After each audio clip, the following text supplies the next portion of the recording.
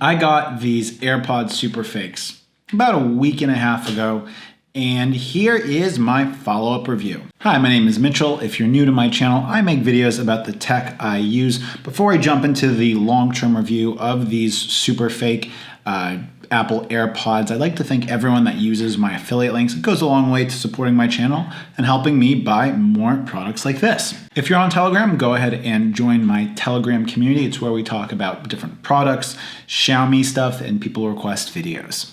I've already done an initial hands-on and impressions of these AirPods, and I'll have that video linked right up here, but let's just go into the long-term review. Now, this would be my third pair of truly wireless headphones and my sixth or seventh pair of Bluetooth headphones. I was really skeptical about whether or not I was going to like them.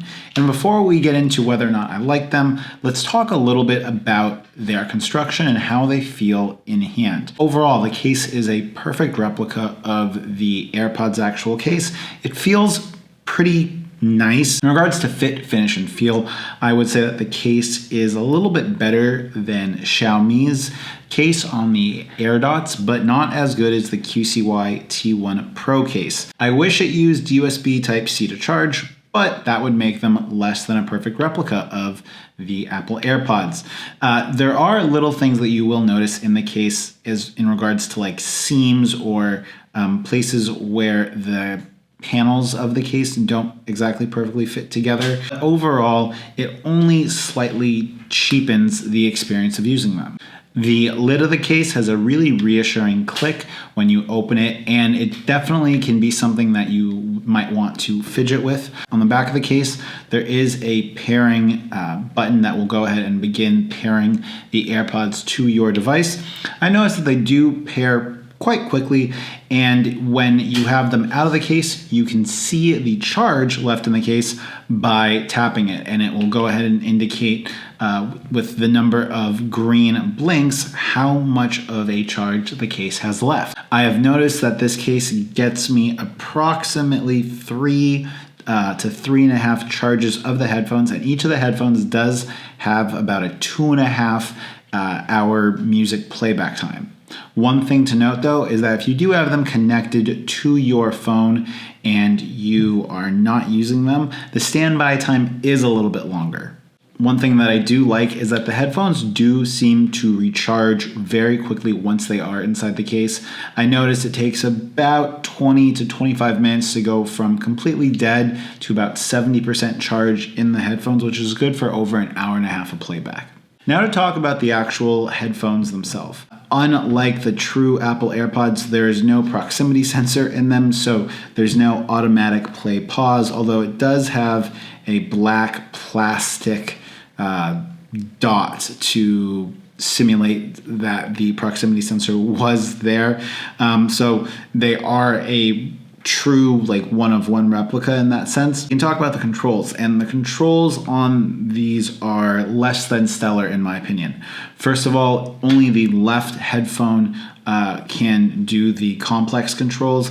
The right headphone, you can single press for play pause, long hold for voice assistant, but you cannot do the double tap to rewind or triple tap to skip forward. That is limited to the left headphone only.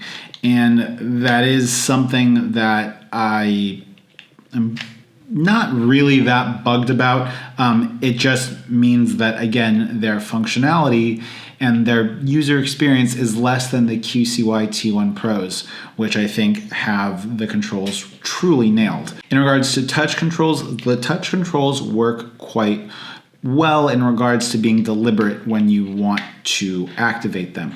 The touch controls are not as good as they are on the QCY. The touch panel on the QCY is a lot more responsive, and I find myself sometimes having to give commands or double tap these twice so that they register a single ear tap, and that can sometimes be frustrating. Now, it's not as bad necessarily as the Xiaomi Mi AirDots. The touch controls on those headphones are pretty bad. Now to talk about sound, and this is kind of hard to go into depth with the AirPods because they don't fit in your ear. So I'm going to talk about my listening experience to these using them at home. Because they don't offer any sound isolation really from the outside world, there's tons of ambient noise that will go ahead and get brought into whatever you're listening to. And at least for me, the only time that I consider using these is when I'm at home or I don't need to have any kind of sound isolation. So it means that their use case is quite limited. Now, if you're okay with a lot of ambient sound around you, then these would be the right type of headphones for you. But if you want to seal yourself out from the outside world, you want to listen to music, you want to be able to kind of get in a zone for, say, skip these. And skip the real AirPods as well, because you're not getting any kind of sound isolation, and you end up just having to turn the volume of these up to an uncomfortably loud level. Now, in regards to sound in a quiet environment, these sound phenomenal. Some of the best sounding headphones that I think I have. I would say that sound quality wise, these are right up there with the QCY T1 Pro, a little bit better than the AirDots. And if you go ahead and you tweak an EQ on your phone, you can really get a very pleasant sound out of these. Keep in mind, I'm listening to these in a almost like completely silent house. Needless to say, you guys get the idea. These are great for a quiet environment. Now, who are these for, and is there much value? Who are these for? These are for people that want to be able to listen to music in quiet environments, and they need to be able to interact with the outside world. So maybe if you have an office job and you want to have headphones in, or you're doing something that requires your interaction to the outside world, these might be the right headphones for you. For everyone else, if you are trying to isolate yourself from the outside world, if you're walking down a busy street, then these probably would not be the right headphones for you, nor would the real AirPods be. I walk to my job every day. It's about 1.5 kilometers, and these are not the headphones I choose because I'm walking on a noisy street and there is absolutely no sound isolation, and for me to have any kind of usable audio from them, I would need to have the volume cranked up to more than kind of 2/3, pretty close to max. That being said, they do get quite loud. The bass is really nice, and for someone who spends a lot of time at home like myself, these are kind of my go-to headphones.